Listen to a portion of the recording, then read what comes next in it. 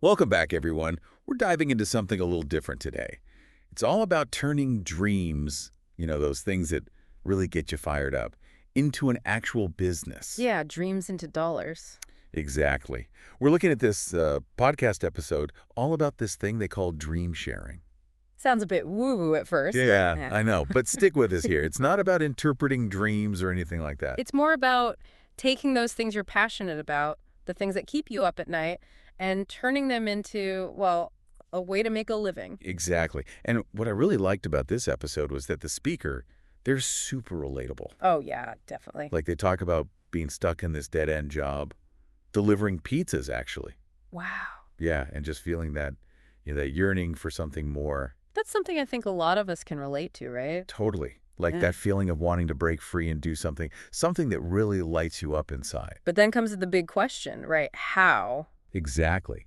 And that's where this deep dive gets really interesting. The source, they really tackle the how head on. They have this practical step-by-step approach, And they start by addressing the biggest hurdle most of us face, which is, overwhelm. It's so easy to get bogged down by those massive, change the world kind of dreams. oh, absolutely. So instead, they suggest something much simpler. Start small. Okay, so let's break that down a bit. What does starting small actually look like in practice? Well, the source gives this example of aiming to make an extra $1,000 a month online. A very specific and maybe even modest goal. Why do you think they chose that number? It's all about psychology, really. When we set these huge, ambitious goals for ourselves, it's easy to get, well, paralyzed. By the sheer scale of it all, right? Exactly. But a smaller goal, like making an extra $1,000 a month, that feels doable. It feels attainable. I can see that. And that sense of attainability, that's key to building momentum. So you're saying by achieving these smaller goals, we kind of build up that confidence, that motivation to keep pushing forward.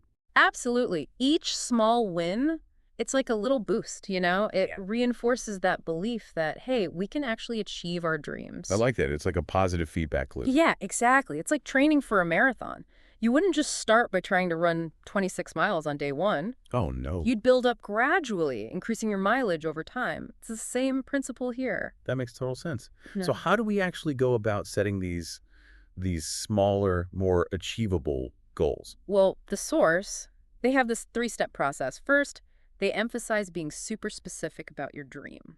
Okay, so not just like, I want to be a writer. Right. It's more about defining what kind of writing you want to do, who your audience is, what success actually looks like for you. So instead of a vague idea, we need a really concrete vision. Exactly. And the second step is, this might sound simple, but write it down. Write it down, huh? Yeah. There's something powerful about actually putting your dream into words. It makes it tangible, real. I can see that. It's like you're making a commitment, holding yourself accountable. Yeah, that's a good way to put it. And then the final step, the source calls it breaking it down into daily actions. So this is where we go from dreaming to doing. Exactly. Ask yourself, what can I do today? Even just one small thing that moves me closer to my goal. Researching different platforms, writing a blog post, connecting with someone in your field. Yeah, anything. The key is that consistency, that daily effort. It's like that old saying, Rome wasn't built in a day, right?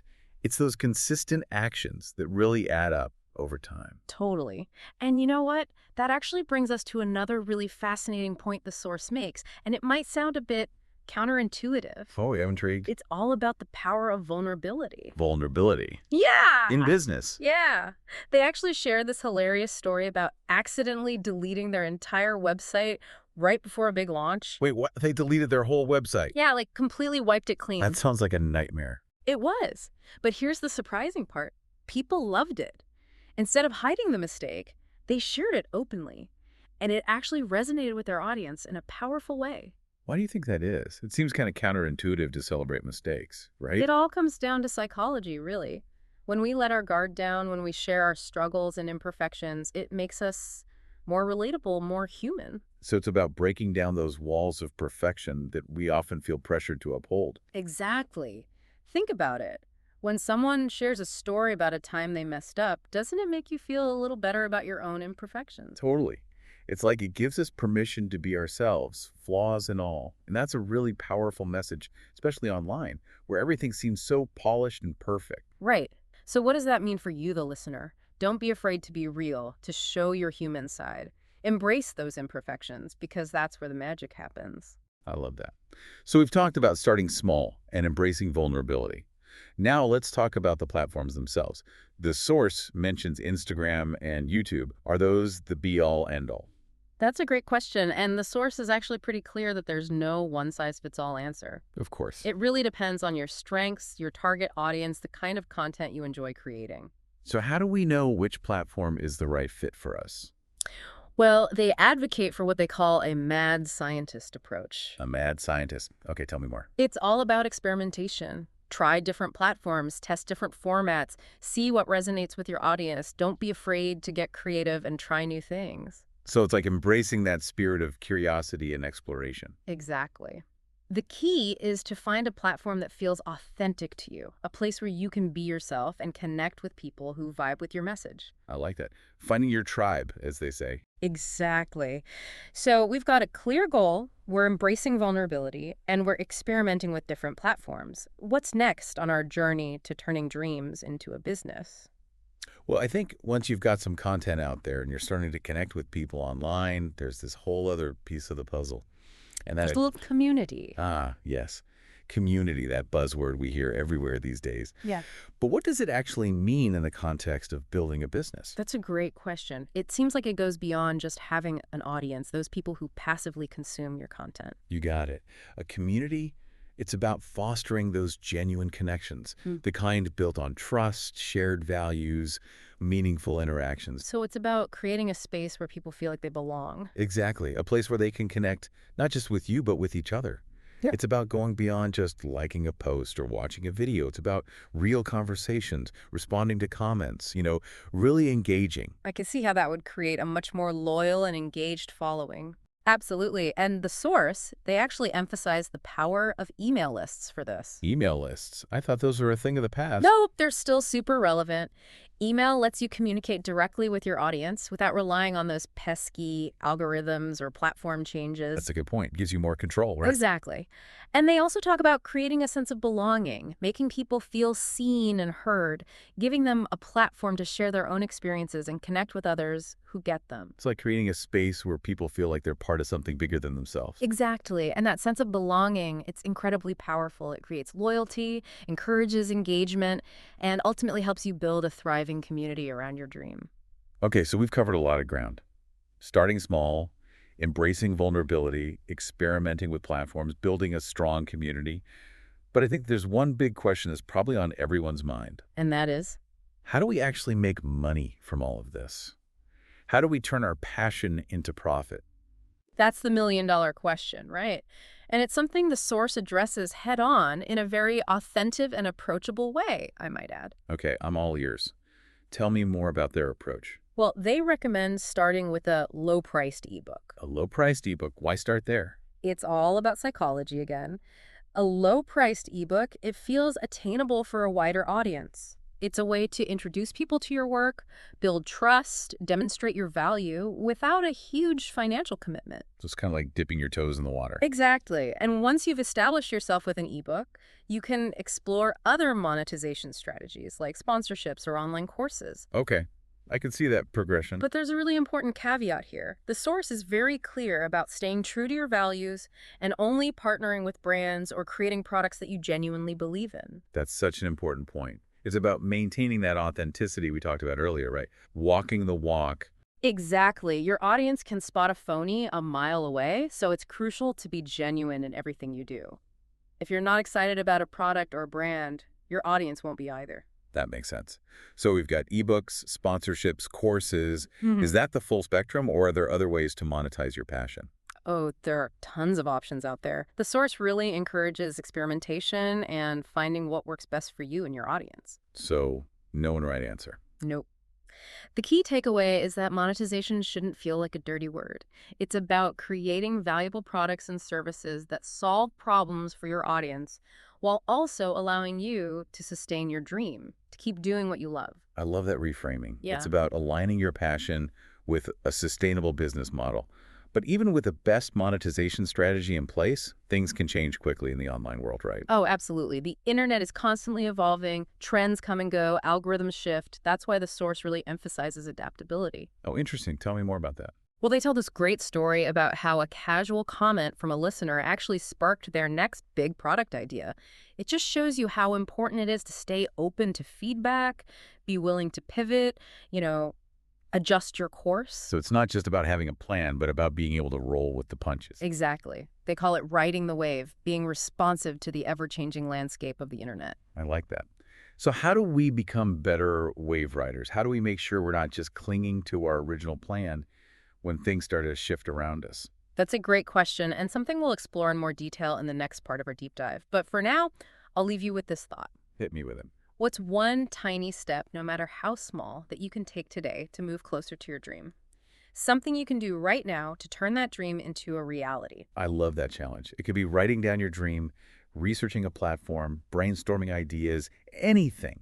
The important thing is to take that first step. Exactly. Because every step, no matter how small, it's a step in the right direction. That's such a great note to end on.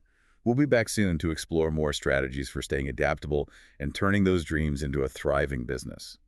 Okay, so picking up where we left off, we've been talking about building a business around your passions, but how do we make sure our dream business can weather any storm? Right, because the online world is constantly changing, right? It's super unpredictable. What was hot yesterday is old news today. Totally. So how do we make sure we're not left behind, stuck in the internet dust? Exactly. I think that's where this idea adaptability comes in, right? Being able to roll with the punches. Yeah. The source actually told this great story about how, a simple comment from a listener ended up sparking a whole new product idea. Whoa. Yeah, it's pretty cool. It shows that, sometimes those golden nuggets of inspiration, they can come from the most unexpected places. So it's not just about having a set plan and sticking to it no matter what. Right. It's more about being open to, new possibilities, feedback, even constructive criticism. So how do we get better at this whole adaptability thing? How do we make sure we're not just clinging to our original plan when, the world around us is changing? Well, first things first, you got to cultivate what they call a growth mindset. A growth mindset, huh? Yeah, it's all about seeing challenges as opportunities for growth. So instead of getting discouraged when things get tough, we should embrace those moments. Exactly. Don't be afraid to, experiment, try new things, get a little bit uncomfortable even. So step outside that comfort zone a bit. Totally. The source actually suggests setting aside some time each week specifically to explore new trends, tools, platforms. That's a good idea. Make it part of your routine. Yeah, exactly. It could be as simple as reading a blog post, watching a tutorial, just staying curious. Staying on top of things. Right. And another super important aspect of adaptability, it's all about analyzing feedback. Okay, so paying attention to what your audience is saying. Yep. Uh, What are they responding to? What are they asking for? What are they totally not into? So it's a two-way street, right? It's not just about putting out content, but also actively listening to your community. 100%. The source really emphasizes that every comment, every email, every message, it's a valuable piece of data. It's like you're running a giant experiment. Kinda, yeah. You're constantly tweaking things, refining your approach based on the feedback you're getting. Using that data to get closer to your goals. Exactly. Yeah. And the source argues that this ability to adapt, to learn from your mistakes, it's what separates the dreamers from the doers. The people who actually make it happen. Right. It's about embracing the journey, acknowledging that there will be bumps along the way, but seeing those bumps as opportunities for growth. So true. Speaking of growth, I want to circle back to this idea of monetization for a second. Okay. Yeah. We talked about ebooks, sponsorships, courses, but is there a secret formula for choosing the right approach? Well, the source stresses that the most important thing is to choose a model that feels authentic to you, aligns with your values. It has to feel right, not just something you're doing because it's trendy or everyone else is doing it. Exactly. And they actually give this really cool tip. I'm all ears.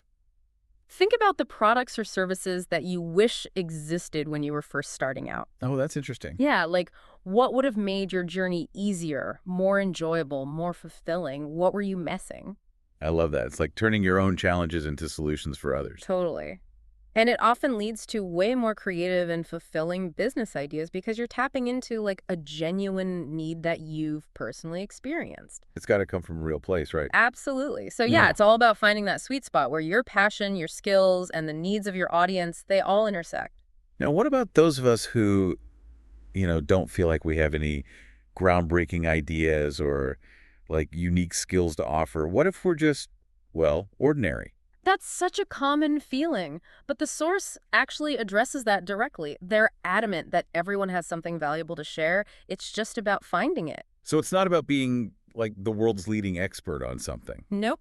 It's more about tapping into your unique perspective, your experiences, even your struggles, and using those to connect with people who might be going through similar things. It's about being relatable, right? Exactly. And sometimes, like those seemingly ordinary experiences, those are the ones that resonate the most with people. Because they're real, they're authentic. Yeah, Yeah, exactly. So, don't underestimate the power of your own story.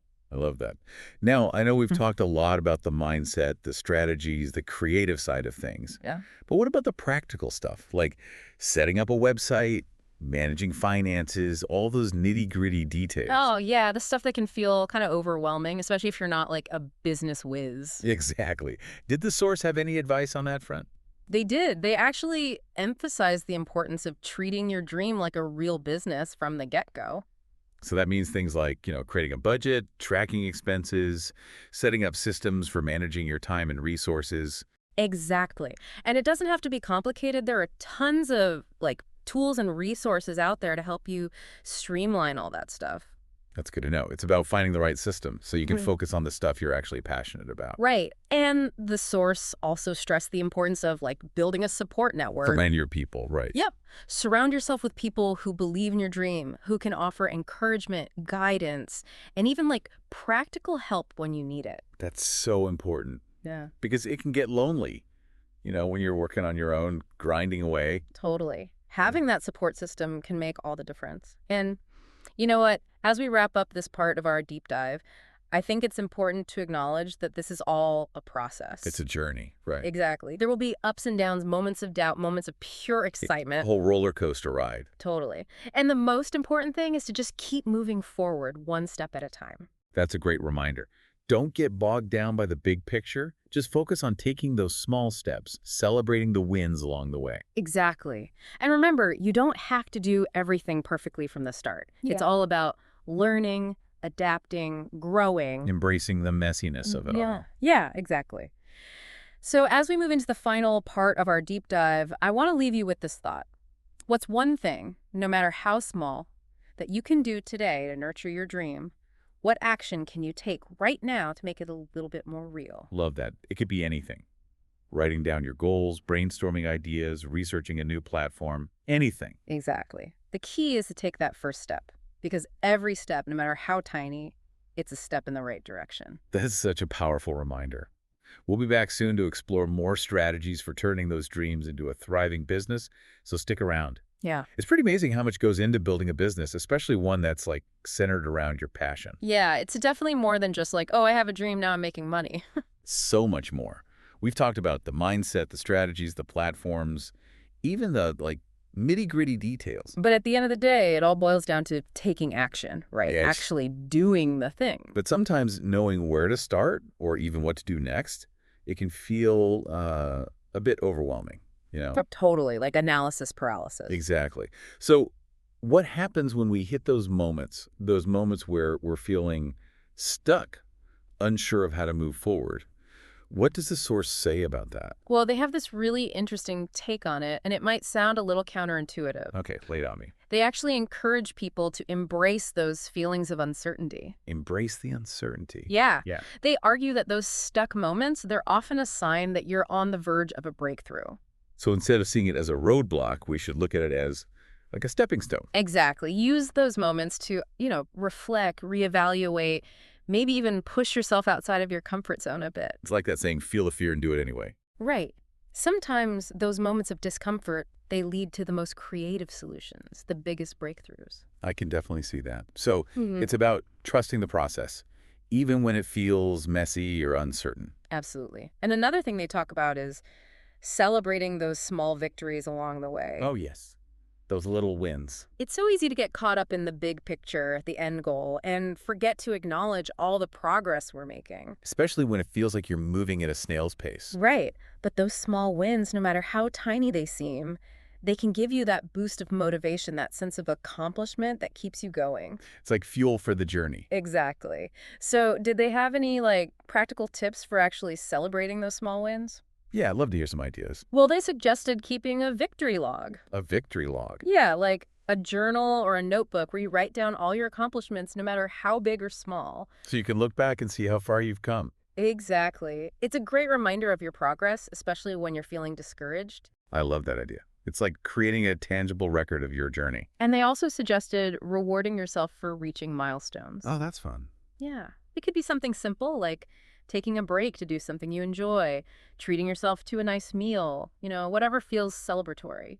I like that. It's about acknowledging your efforts and giving yourself some credit. Exactly. It makes the journey more enjoyable and it reinforces that positive cycle of effort and reward. Wow, this has been such an insightful deep dive. We've covered so much. Yeah.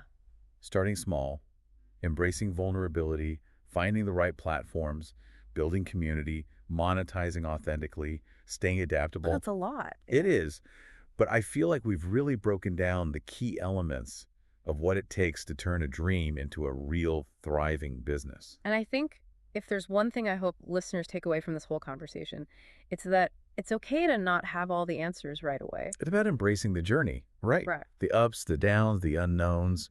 Exactly. Trust the process. Have the courage to take action, even when things feel uncertain. That's what it's all about. So well said. It's that entrepreneurial spirit, that willingness to experiment, to learn, to adapt. And remember, every journey is unique. There's no right or wrong way to do this. It's about finding what works for you, aligning it with your values, and sharing your authentic self with the world. I love that. This has been such an inspiring conversation. I feel like I'm ready to go out and conquer the world. Thank you so much for sharing your wisdom with us. My pleasure. And remember, every dream has the power to create something amazing, something meaningful. So go out there, share your passion, and see what you can achieve. And that wraps up this episode of The Deep Dive. We hope you found it insightful, inspiring, and maybe even a little bit empowering. Now go out there and turn those dreams into reality.